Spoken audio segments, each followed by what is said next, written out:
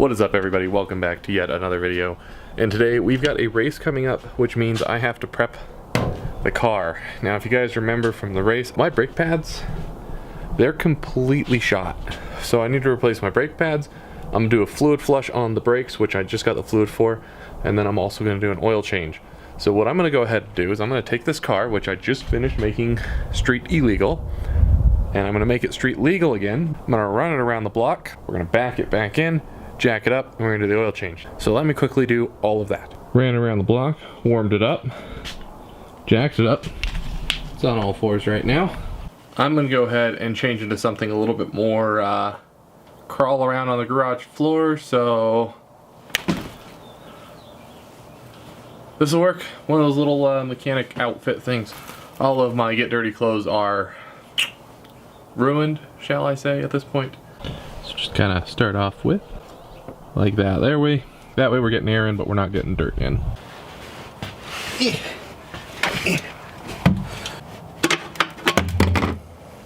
Oil changes as a whole are pretty simple.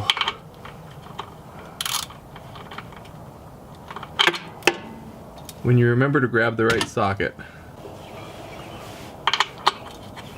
Yep, that's a 17. But no, oil changes are pretty simplistic. 20 minutes to do an oil change, hour to set up a mediocre shot.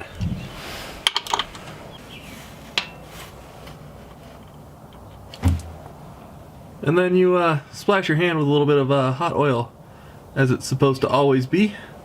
And I'm just gonna keep that in there and clean it off later. Now that should drain relatively quickly, but in the meantime, I'm gonna go ahead and I'm gonna start by prepping. I'm gonna get all these wheels off because I do have to do all of my brakes. And then when the wheels are off, we should be able to finish the oil change. And we'll jump straight into our brake pads, which I've got something exciting to show you guys in regards to what I'm doing with the pads.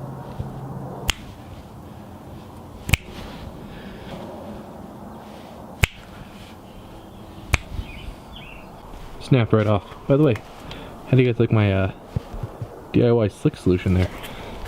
Anyway, back to the oil.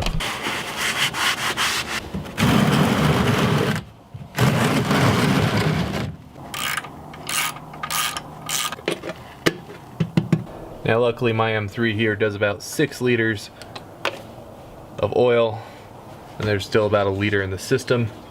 So I'm just gonna put 5 liters in, and if it's not enough, I have another 5 liters to help top it off. But just need your funnel and your preferred racing fluids, which for me just so happens to be liquid moly 10W60.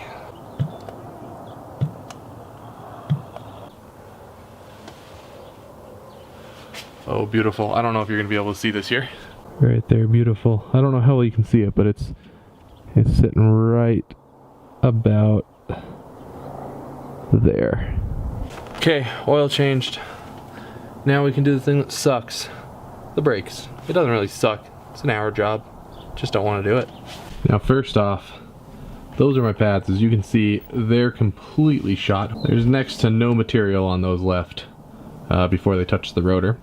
So those definitely need to go. And then I'm just looking at the rotor here, because you guys may remember last year I had this rotor crack right in half on me. So I replaced it once again with the same brand. So I'm just seeing if there's any cracks, and I'm not seeing any here. So hopefully that means that these rotors will make it through the year. But let's get into the good news of what I'm doing with these pads here. So here's what's exciting. I've been running these pads for a while. Now when I say these pads, I don't mean these exact ones right here, but the same model, brand, everything. I'm changing it up a little bit. I'm still going with Hawk. I got a contingency thing last year, 40% off an entire order. So instead of just ordering one thing and getting 40% off of that, I ordered 3 sets of pads. One set of DTC 60 pads, which are what's on here right now, it's those ones, and 2 sets of DTC 70 pads. These pads are supposed to be better performing than the DTC 60s, slightly, and they cost a small amount more. I don't know if they're going to be worth it. If they work, great. If they don't work, I still have another one. Well, they're gonna work. But are they gonna work better? Now, I can't remember when I learned this trick, or if I even showed it to you guys in my video where I showed you how to replace brake pads on this car. We're gonna go ahead And we're gonna reset the caliper first.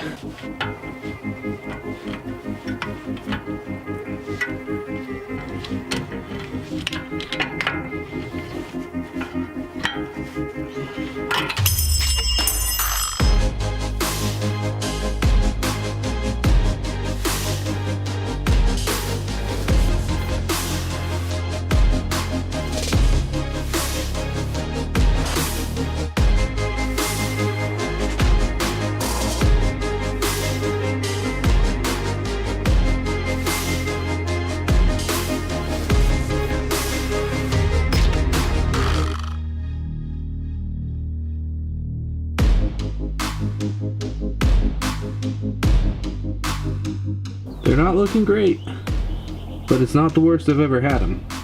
Now it's time to see if these DT70s are really worth that extra money.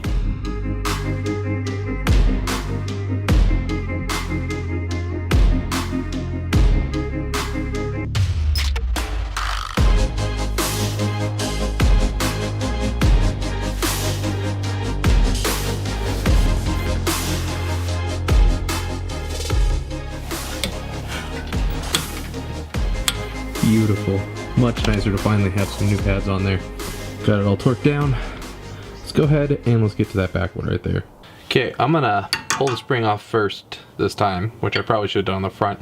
Then I'm gonna reset this, and then I'm gonna tell you what I hate about these rear ones here. And it's not the fault of the design of the car, but it's close.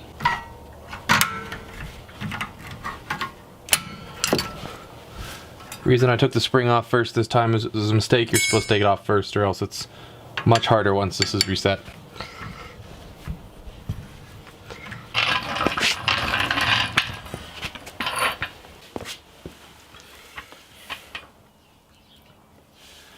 Now I know what you guys are saying. Wannabe, this looks ridiculous. What are you doing? It is ridiculous. And I'm changing the brake pads.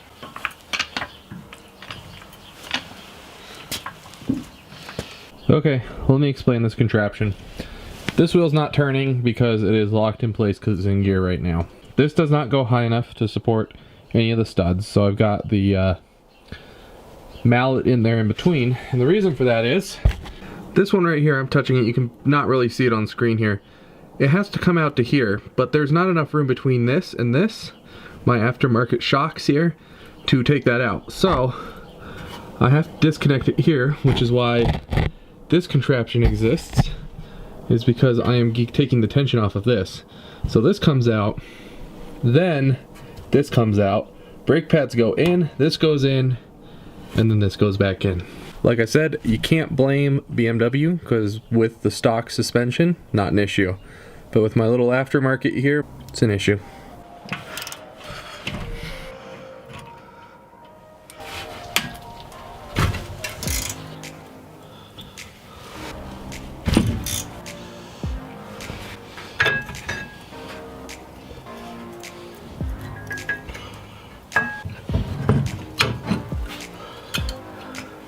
As we can see with these rear ones, they're not even half dead, which is very unfortunate that I'm having to replace them, because when you replace brake pads, you kind of want to go all the way around.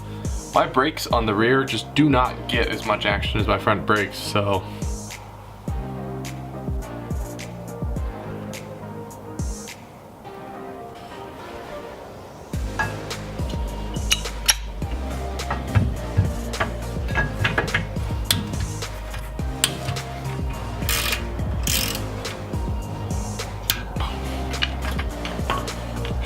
and that's the nightmare of my rear brakes because of that stupid thing right there. But in the end, what can you do? Now, this isn't the end of the video, but it's basically the end of the day. Look at that gorgeous purple. Beautiful. I'm gonna go ahead off camera and just do this side, because it takes me about 30 minutes to get a side done, but it takes me about 30 minutes a wheel when I'm trying to film it. So I'm just gonna go ahead and knock this out. But after that, then I'll go ahead and have dinner. Then we'll bleed the brakes. We may bed the brakes. I have to, but I don't know if I'll do that tonight. We'll see. It's actually the next day.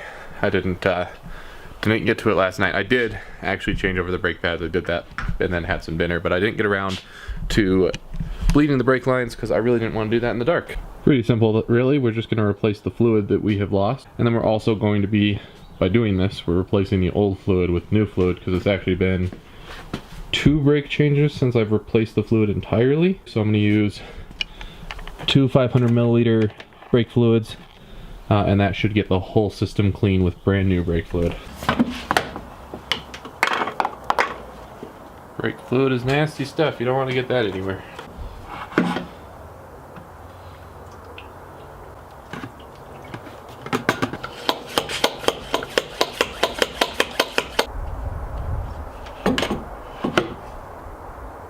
And in this car, this rear passenger side wheel is the furthest from the reservoir, so this is where we're going to start.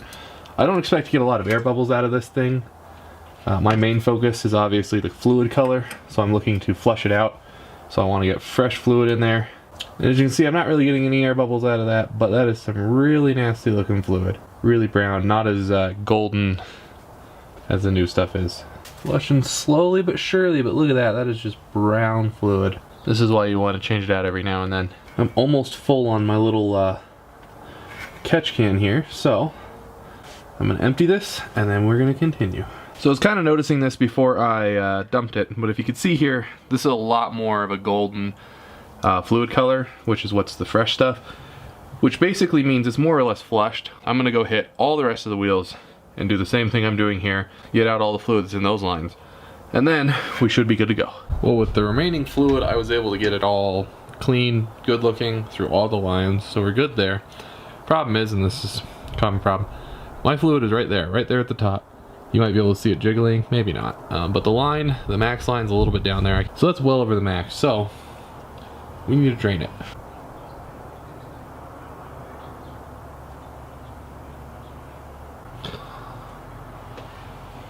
Now, with ensuring the cap is on, because I have done this with the cap off. As a matter of fact, I did it in a video. But with the cap on, ensured that it's on, let's go ahead and let's just quickly test the brake pedal with the new pads. It's exactly what I want. And that more or less covers it. I do still need to get this out probably tonight. It's the best time to do it and get the brakes bedded in because they haven't been bedded yet. Still got some time before the race, so I'm not too worried about that. I'm gonna have to put the wheels on, drop it down, but I've got to go do some other stuff now, so I'm probably just gonna have to... My hair. Sorry, was my hair bad this whole video? Why'd you guys not tell me? Some friends you are. The car should be more or less ready to go for my next weekend with new brake pads, and they're not here yet. New tires this weekend. I do actually have high expectations that I might be competitive for third, maybe even second. Anyway, guys, if you like the content, maybe consider dropping a like down below. Also, maybe consider subscribing if you like the channel. Got a lot more videos on this beautiful car right here, as well as on now soon to be my Yukon and racing, and I do a little bit of sim racing as well. Thanks for watching, and I'll see you in the next video.